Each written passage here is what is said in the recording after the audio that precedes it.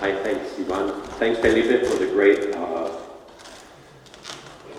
chat. I'm gonna do a bit the opposite. I'm gonna focus on such a narrow little bit of artificial intelligence that some of you might get bored.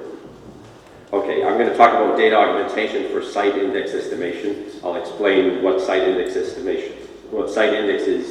for non-foresters, and I'll explain what data augmentation is for non-computer scientists. And I'll tell you what we've been doing. So, yeah, this is the outline of my talk. Okay, what is site index? Site index is a proxy variable to estimate productivity. Basically, in a forest, it's a number that gives you the mean height of 100 thickest trees at a specific age. It's something that is used, so if you want to plant some trees in a forest, maybe in a plot of land next to a forest, then site index is a good indicator of how productive this land may be. And there's very many different ways of estimating it, but the most important way of determining it, well, the most used, and I'm not sure if it's the only way of really determining it, is something like this. So first you find the dominant trees within the plot of land that you're interested in. So this is, of course, a place which has trees already, right? So also the other thing to know is that site index depends on the species. It depends on lots of things. It depends on the location, depends on the species, but what it sort of models or estimates is how productive this piece of land will be for your specific species. So first you find the dominant trees and species of interest in a neighboring piece of land, let's say, or species with known conversion factor to the species you're interested in. Then you measure the age and height of the dominant trees, and then you read the site index from a graph like this. Yeah, okay. So basically this would tell you, for example, here we have, can you see that? Yeah, there's no pointer. Well, basically, these sort of curves are generated to help you predict after a certain number of years how high your average trees or the dominant trees will grow within your plot. Okay, now it's not always possible to measure 100 trees to get your site index. So there are many other ways of estimating the site index. So for example, one of the reasons why you can't measure the trees is they've already been harvested. It might be physically impossible because the time and resources takes a long time, or the stand is very young and the trees have not yet grown to a certain height that are useful for you. Okay, so there are various variables that are used for estimating the site index, topographic and edaphic. Topographic, for example, the altitude of the piece of land, the slope, the aspect, the geographical position, and then there's edaphic, which is the physical properties of the soils related to soil moisture and nutrient levels. In this study, we focus on edaphic properties. It has been estimated using, so the site index has been estimated using statistical methods going back quite a few years. And now, also going back a few years, we've started applying machine learning methods to try to solve this problem. The problem is that machine learning algorithms need large amounts of data. As Charlotte said, for example, they trained their model with 500,000 data points. We have 28 data points in this study, so that's why we're going to use data augmentation to try to do something about it. Anyway, the algorithms have difficulty in working with small amounts of data, and for example, to get soil data, it's very expensive. Time-wise and money-wise, you need to get samples, you need to send them to the lab. etc. Okay, so this is the specific study. A little bit, in 2001, Felipe and Montero did the first study related to this regarding Scots pine in the high Ebro Basin here in northern Spain. So the data we're using, so we have data from 28 plots.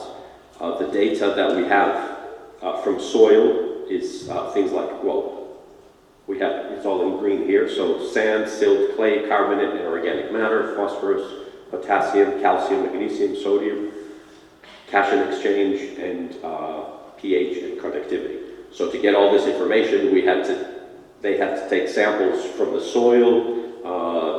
The typical way is to go up to 10 centimeters deep to get these samples, send it to the lab, and then you have the data you want. Now, this is what we managed to get. These 28 plots means that, okay, like it's not, we can't generate that much data because we're talking about 28 different plots in a slightly different location, possibly a completely different location. You get the idea.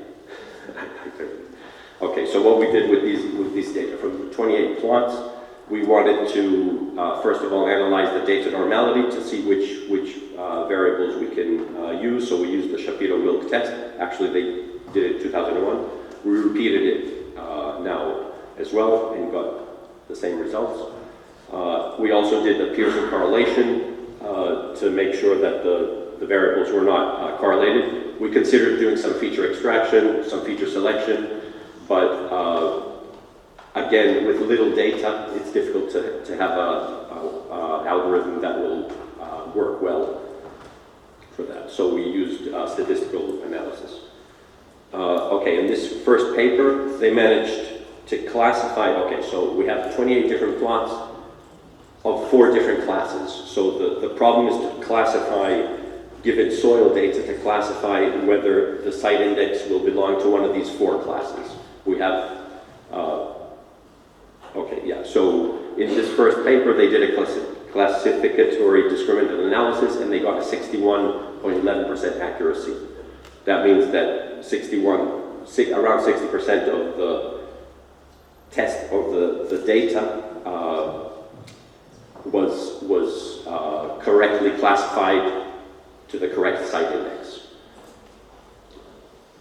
In 2017, they took the same data and they tried to use machine learning classification. They did it with 3 machine learning classifiers with a naive Bayes, linear discriminant analysis, and multinomial logistic regression. So some of the earlier machine learning algorithms, they applied it, which also have statistical basis, as most machine learning algorithms do, but also have historically, and as Felipe said, some of these algorithms exist for more than 100 years. Okay, in that case, the naive Bayes performed best with a 64.3% accuracy, which is a slight improvement on the previous paper, and a Cohen's kappa value of 0.40. Cohen's kappa gives you an indication of whether this data, if it was randomly assigned, this model, if it was randomly assigned values,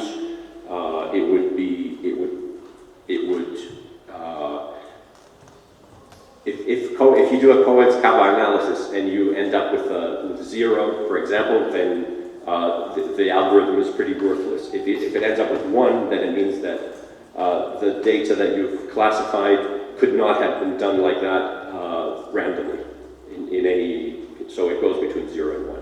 0.4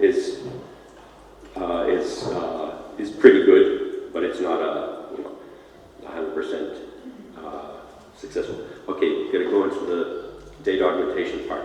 So basically we have 28 plots from 4 different classes, and we can't do much with that data, so we try to do some data augmentation. What is data augmentation? Well, synthetic data has been used historically in forestry and other fields like bioinformatics. Now, data augmentation is a bit of a buzzword, but And there are varying schools of thought what the difference between synthetic data and data augmentation is. Synthetic data, they say in theory, is something that you synthesize out of nothing. But data augmentation, you take some data and you modify it a little bit to be able to feed it to a machine learning algorithm and to get some useful results. It's very popular and used in image analysis, again, as Charlotte mentioned previously, in deep learning in particular. And it's also popular with audio data and text data, but not so much with numerical data. So here's an example of data augmentation for image analysis. You take, if you see the tiger, for example, you take the image of the tiger and you apply some transformations on it, the contrast, the hue, and you end up with, starting with one image, you can feed 4 images to the algorithm. Of course, it depends what algorithm you're doing and what you're trying to do. So on the right, you have the cats. Again, similar sort of thing. One original image, and from that, you end up with 10 images that you can feed to your algorithm. Now, the most that I've seen used for non-image data is an algorithm called SMOTE, Synthetic Minority Oversampling Technique, which what it tries to do is bring, especially when you have a very unbalanced set of data, so you could have like 500,000 instances of a healthy person, and you'd have like just 2 instances of a diseased person. So how can you feed this sort of model to the, what sort of model can you use machine learning that would be able to detect just 2 out of 500,000? So a good system to do is to increase the number of diseased instances in this case. The one with the minority class. Okay, so what we did in this, we tried various different approaches. In this case, because we have very little data, we use a leave one out method. So that means we take 27 of the data points and generate the training data, and then we test one actual data against it. What I've done here, what we've done here is we've increased the number of the 3 classes that have the least instances, and again did leave one out with the 28 obvious observations. If anybody wants more details, we can speak after this because it's difficult to explain right now and I'm running out of time. So we tried it again on linear discriminant analysis, multinomial linear regression, naive Bayes, and ended up with a pretty good result, a 10% increase from the previous paper, or maybe a bit more, of 78% accuracy. Okay, so what we can do in the future, whether for this or for other forestry data that we don't have much data for example, for soil properties, or I think things like slope as well, latitude, climatic factors, we need to maybe focus on the specific problems to find some better ways of augmenting this data. We also want to try to augment data with, and test this data with other classifiers like the neural networks, but again, we have very little data. A colleague of mine is working on that already, and random forest. And here I just wanted to show an example of why data augmentation. So you saw previously that you had a cat that they had flipped it and used it for data augmentation. But of course, it depends on what you're trying to solve. So one of the first machine learning algorithms that I saw was to recognize handwritten digits. So if you take a 6 here, for example, and then flip it and feed it to a machine, then of course this is just going to screw up the system. This is a different class. It's going to belong to a different class, like a 9. So I think that's it. I just want to acknowledge my colleagues, Aitor, Cristóbal, Irene, Andrés, and Felipe. And oh yeah, well, I'm working under the Escalera de Excelencia in iuFOR. So that's it. Thanks.